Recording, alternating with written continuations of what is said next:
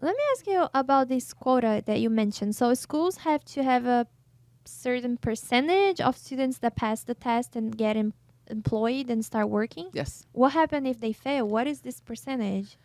So for every school is different. But basically what ends up happening, if they miss it for the first year, they go on probation. The second year, they probably risk losing their financial aid.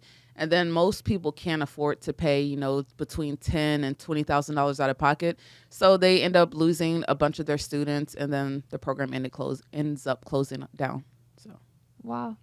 I didn't know about that. Did you know about that? No, I Like no, this didn't. quota? That's a it's class for me here. I'm learning. Yeah, it's actually crazy because when I came from instructor to the educational coordinator side, like everything now makes sense. When we were just thinking that our bosses were just on us just to annoy us for no reason. It all makes sense now. So, Wow.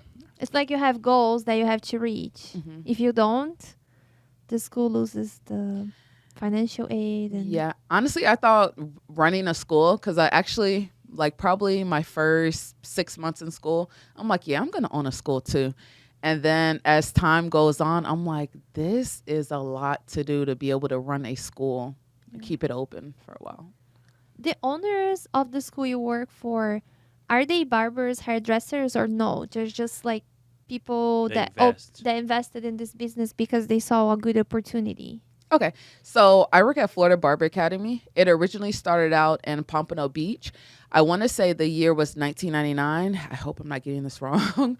But it originally started out as a family owned business. And then some years later, I'm going to say around 2014, 2015, the business was sold, and the current owners are not beauty professionals. Do you feel like not beauty professionals run the school better, or you think beauty professionals have a different eye to run the school? I would say I definitely think it helps to have a background in the beauty industry, but I would say ultimately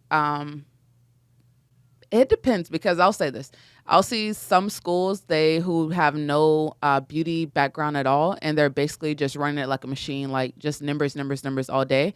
And I see also some schools that are still family owned, and they're the students like being there. It's everything is running good.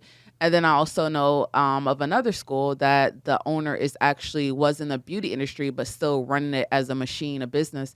So I would say it helps, but ultimately it's just the owners, where is their heart at in it. Yeah. So.